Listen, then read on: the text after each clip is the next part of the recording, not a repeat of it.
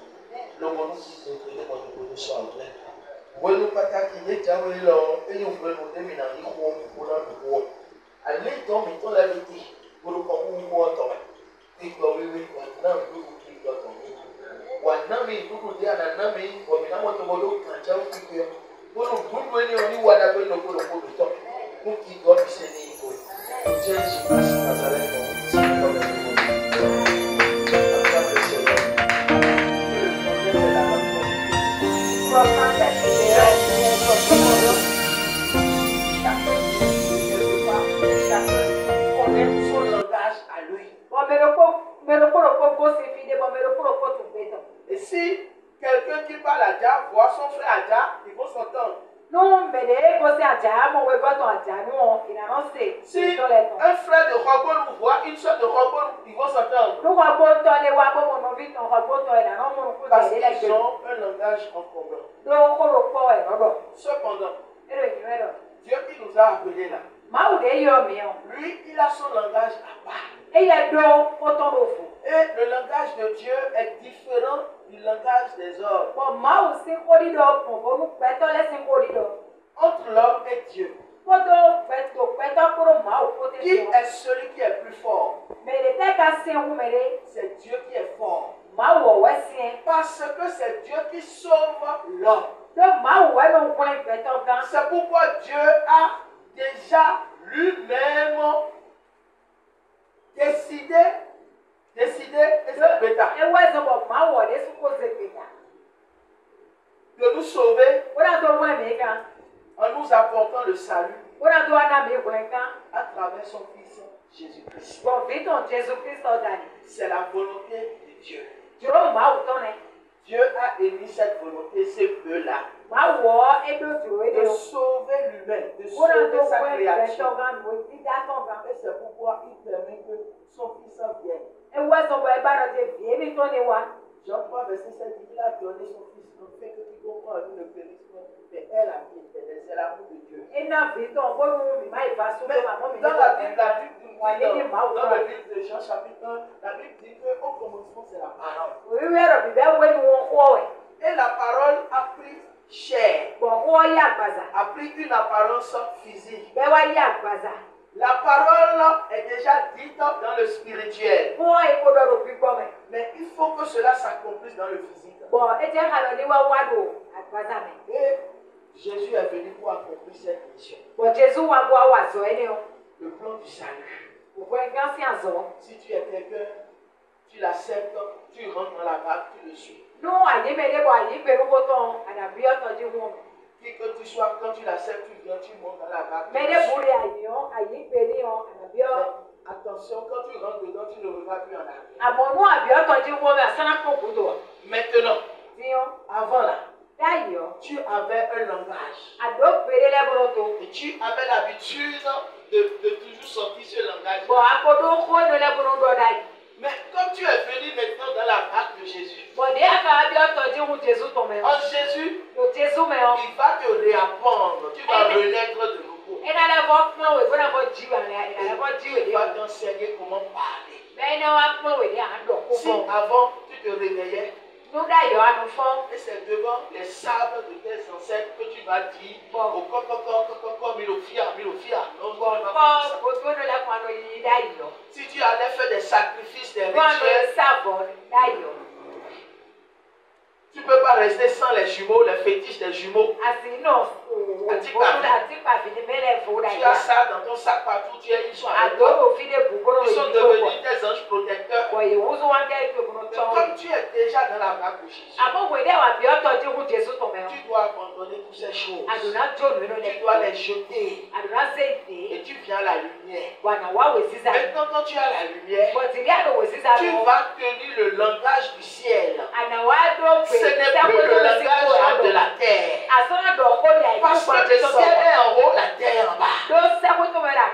Dieu n'est pas en bas, mais Dieu est en haut. Mais cependant, Dieu veut rester au milieu de nous les hommes.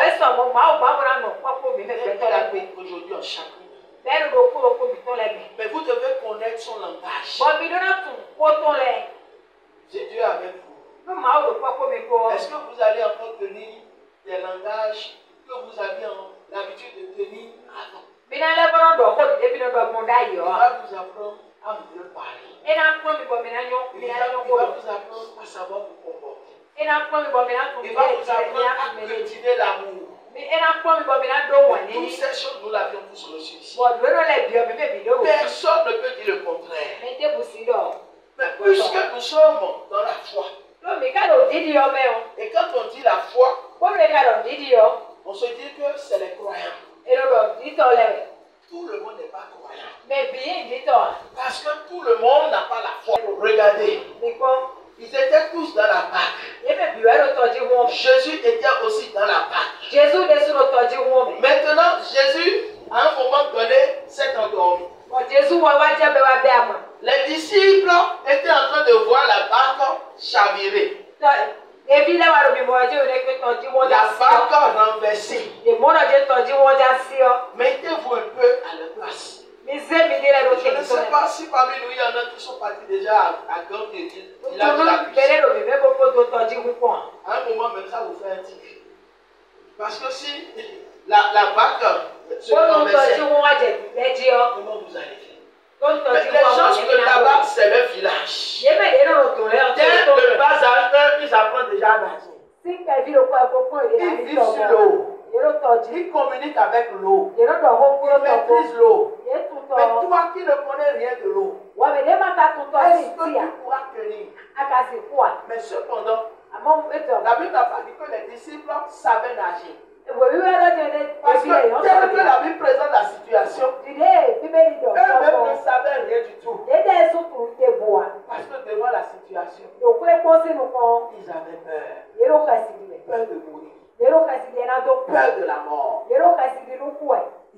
tout tremblant. Et aussitôt, ils vont réveiller le maître. Et le maître a dit, il dit, homme de peu de foi, pourquoi n'avez-vous pas la foi? Parce que Dieu, il est avec eux. Mais leurs regards se sont détournés de Dieu. Et leurs regards étaient fixés sur la situation qu'ils étaient en train de vivre. Voilà pourquoi ils n'avaient plus la foi face à cette situation. C'est un exemple. Puisque c'est dans la Bible. Vous aussi, de la même manière que vous êtes venus à Christ, vous n'allez pas me dire que vous n'avez jamais traversé des épreuves. Les épreuves sont formateurs. Ça nous forme.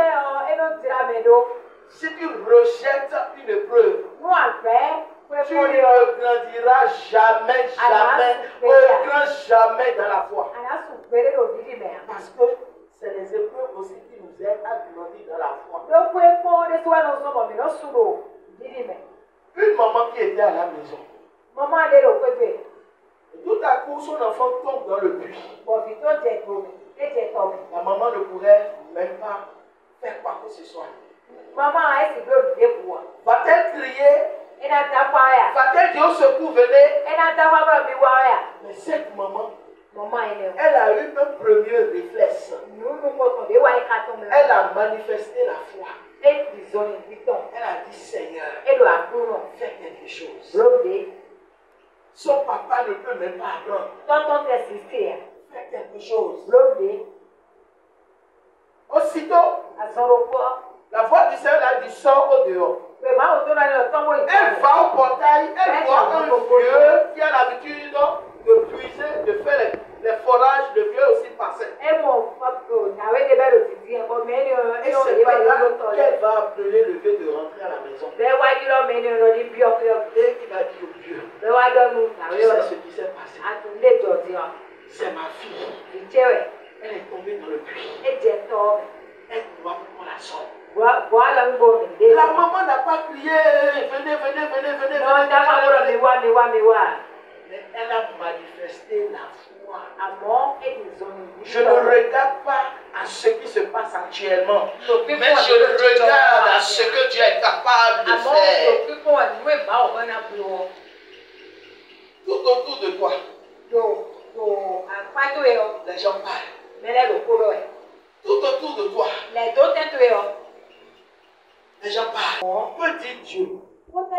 Si ce que toi tu vis, si ce que toi tu traverses, parce que la foi t'oblige à entendre une seule voix. Bien-aimé, je suis ici. Si tout le monde commence à allumer son portable, et que vous donnez tous le volume là, je ne peux pas supporter. Je vais vous dire, éteigner et laisser un seul allumé pour que je puisse entendre. C'est de la même manière, vous aussi, vous ne pouvez pas faire confiance à ces plusieurs voix qui parlent autour de vous.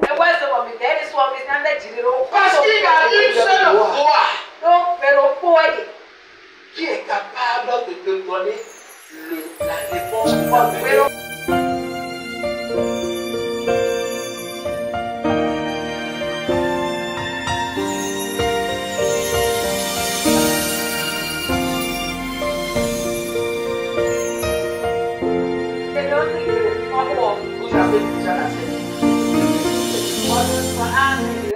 Donc de la même manière, vous aussi, vous devez apprendre à dialoguer avec Dieu. Pour que dans vos épreuves, le diable ne vous amène pas dans la tentation.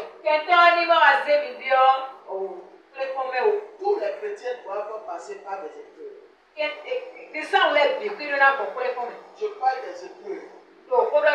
Les épreuves de la foi. Nous devons subir cela. Jésus même que tu tous les jours a subi ça. Jésus si encore doit de webino de Si tu n'es pas prêt à subir ça, donc la foi ne te concerne pas. Même dans la communauté où tu es, il y aura des épreuves. Ton pasteur peut être une épreuve pour toi. Tu ne le supportes pas.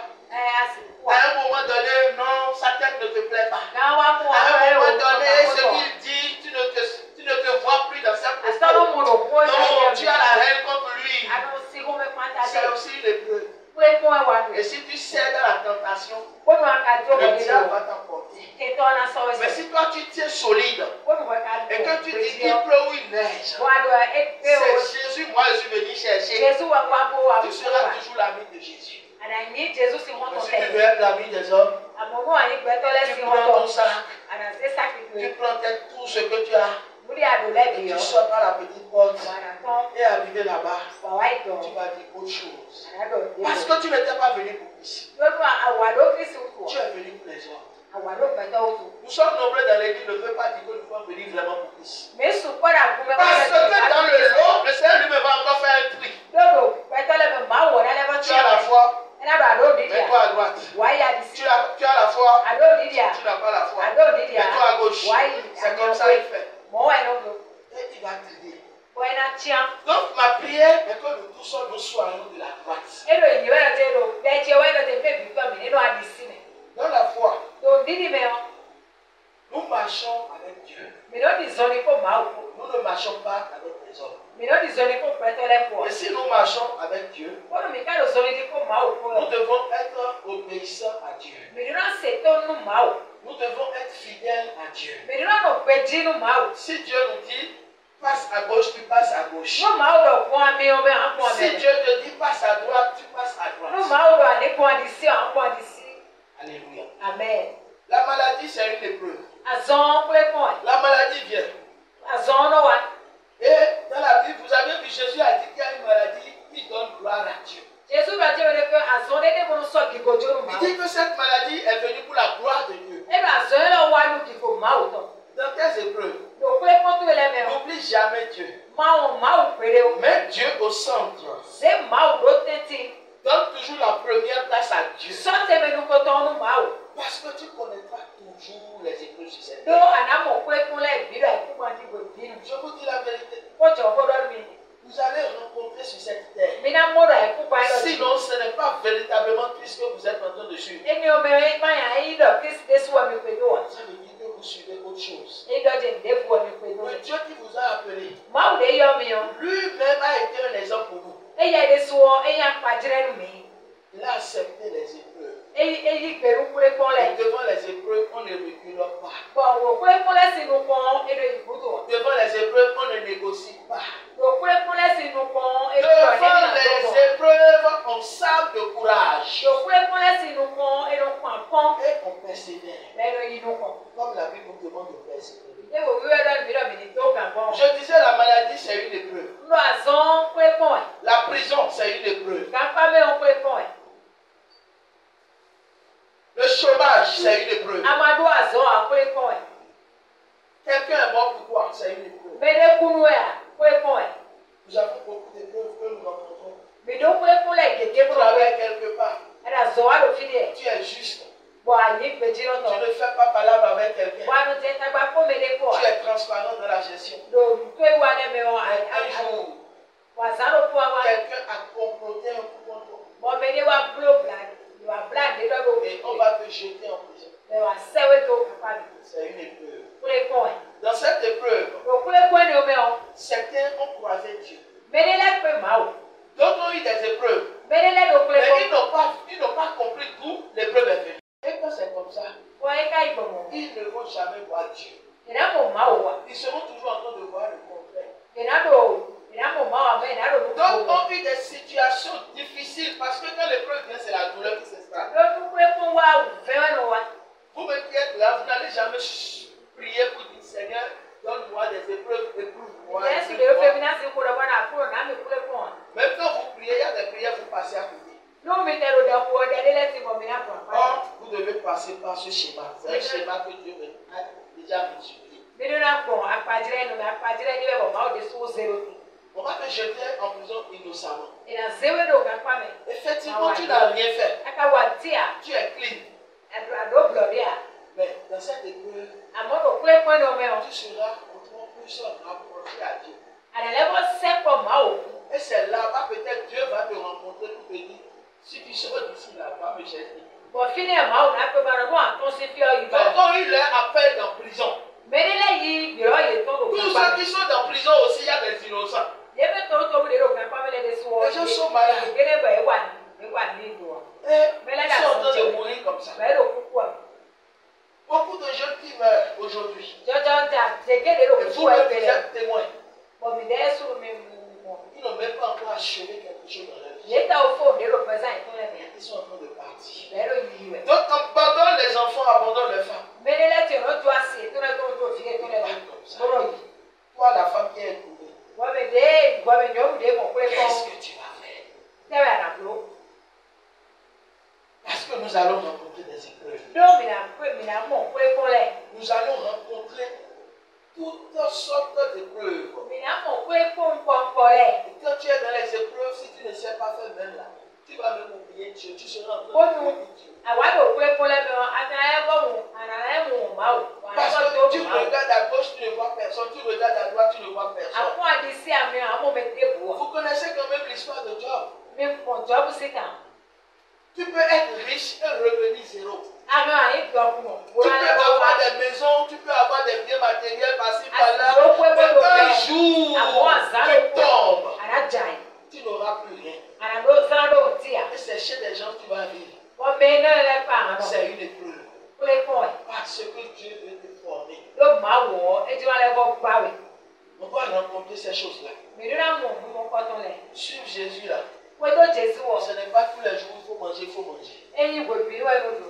Parce que même Jésus a éprouvé toute la foule qui se dirigeait vers lui. Et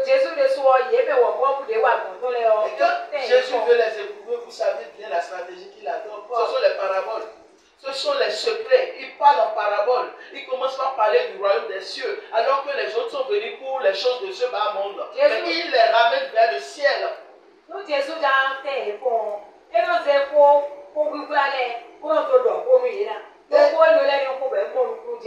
En ce moment, ceux qui désistent sont ceux qui n'ont pas la foi. La parole de Dieu là, c'est pour nous les enfants de Dieu. C'est pour nous les enfants de la lumière. C'est pourquoi la parole même, elle est la lumière. Et quand je lis la parole, Josué 1:8 nous dit de la garder. Parce que dans cette parole, c'est la promesse. Dieu va te bénir. Dieu va t'élever. Dieu va te délivrer. Dieu va te restaurer. Tout ça, c'est dans la Bible.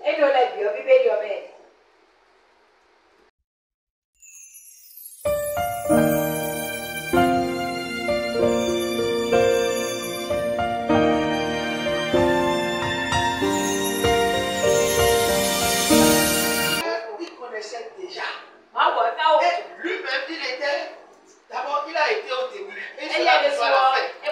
Donc sur le chemin, il nous regarde. Regardez comment Dieu va avec l'homme. Il est vraiment l'architecte. C'est lui qui bâtit.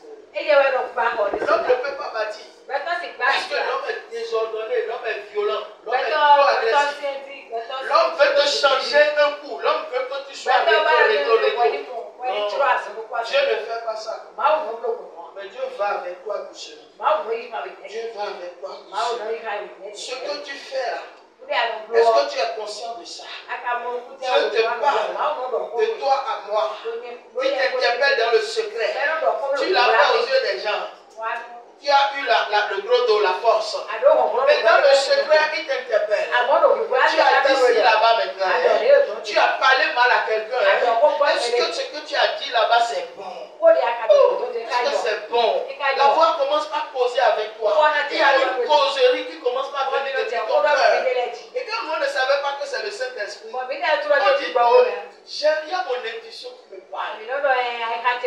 Tu te réveilles, tu t'imagines que ton émission te dirige vers quelqu'un, tu dis, j'ai envie de voir. Quand ton intuition commence à te parler comme ça, effectivement, tu racontes ta mission. Et tu dis, ah, j'avais pensé à toi hier. J'avais déjà pensé à toi, je te vois encore maintenant. C'est Dieu qui travaille.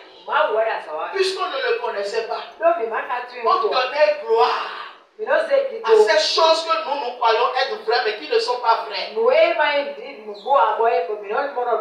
Le cœur appartient à Dieu. Le cœur est pour lui. La chair, là, c'est bien. Les gens sont morts. Quand même on dépose une dépouille devant toi, toi-même tu vois que c'est rien. Tu as même envie de gonfler pour que la personne n'a qu'à se lever et faire les mouvements.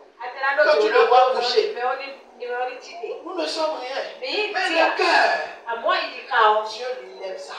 Il veut voir le cœur. Et c'est à force de persévérer. C'est à force d'aimer. Et Dieu arrose toujours cet amour. Et cet amour commence par grandir. Ça commence par pousser. Ça commence par germer. Et ça t'envahit. Au point où toi-même tu vois qu'il n'y a rien qui dépasse. Jusqu'à ce que les enfants que Dieu te donne toi-même, personne ne t'a parlé. Mais toi-même tu les remets à Dieu. Avant là. Tu étais capable d'amener un enfant chez un charlatan. Tu étais capable d'amener un enfant chez un marabout, chez un voyant, chez un visionnaire. Mais depuis ce temps, tu as compris que tu as un père. Tu as un créateur. Tu as un Dieu. Quand ça ne va pas dans ton foyer, tu lui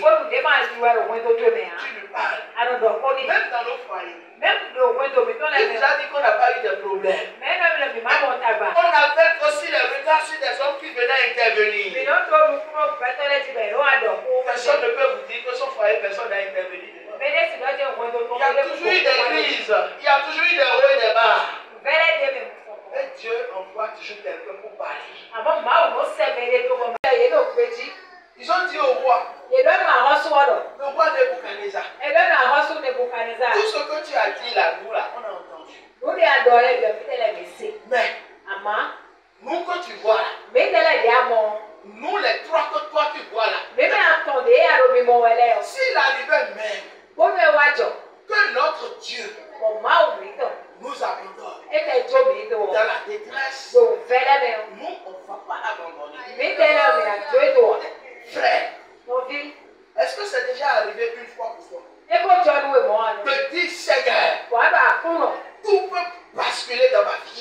Mais moi je ne te lâcherai pas. Il faut faire aussi ces genres de prières. Si tu n'as jamais fait cette prière, pour le faire maintenant. Parce que Dieu doit te dire. Esther retournée dans la cour royale. Qui parmi vous n'aimerait pas être à la cour royale?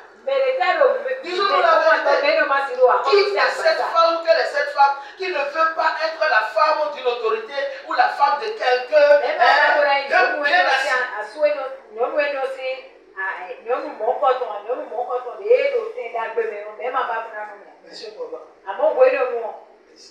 Esther, elle a été éprouvée. Et quand l'épreuve est venue, elle n'a pas cherché à céder place à la tentation. Mais elle s'est portée garant pour que son peuple soit libéré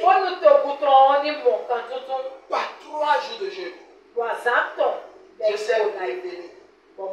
Et nous avions vu que Esther, elle est une femme de distinction.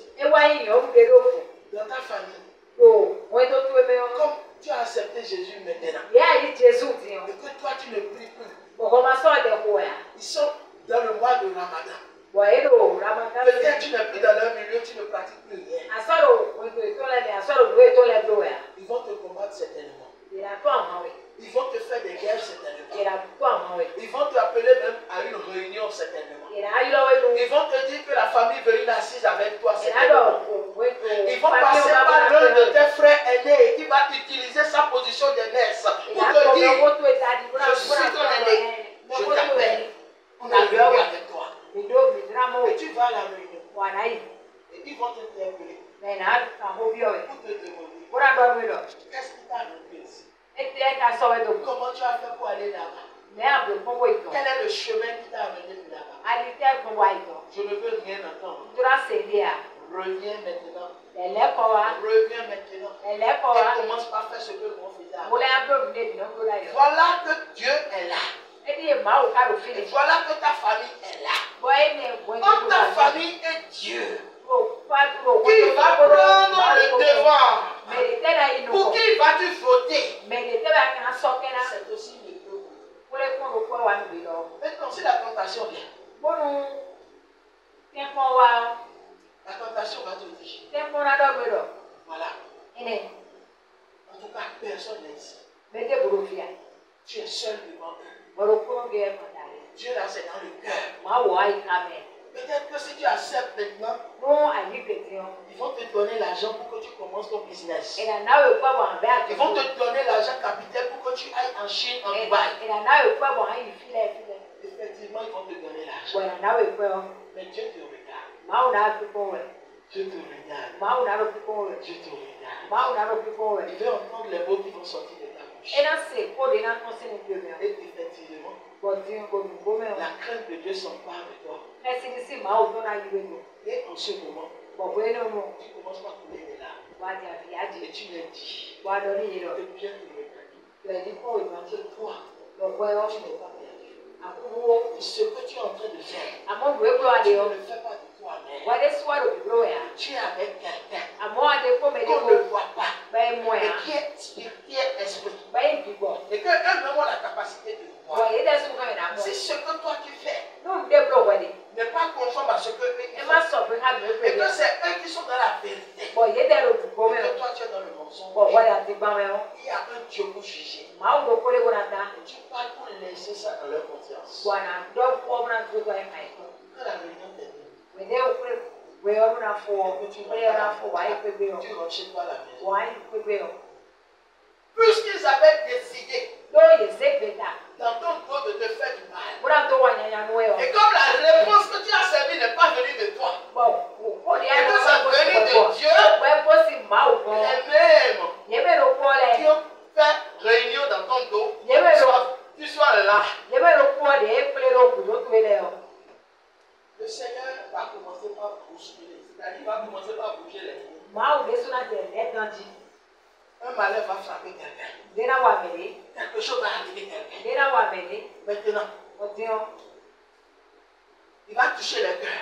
Il va dire, appelez votre soeur. Appelez-la. La rejeter, la appelez-la. La délaisser, appelez-la. Elle va prier pour vous. Appelez-la. C'est comme ça qu'on compte ta façon. On va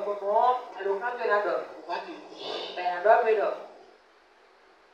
Bon, tu sais ce qui s'est passé, non? Un des nôtres.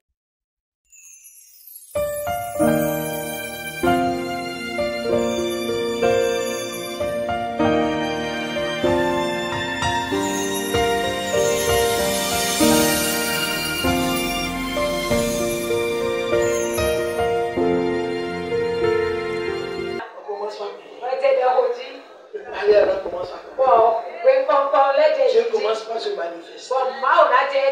Aussitôt, le malade veut prier. Il commence par bouger.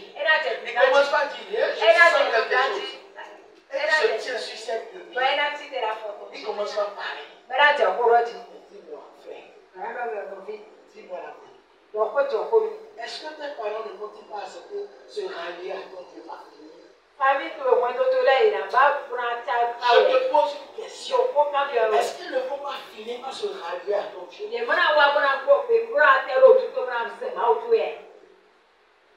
Le discours que les Shadrach, Meshach, Abednego ont tenu devant Nebuchadnezzar, c'est ça qui a fait bouger la tête de Nebuchadnezzar. Il a dit, ils étaient trois, on a jeté dans la fenêtre. Mais qui est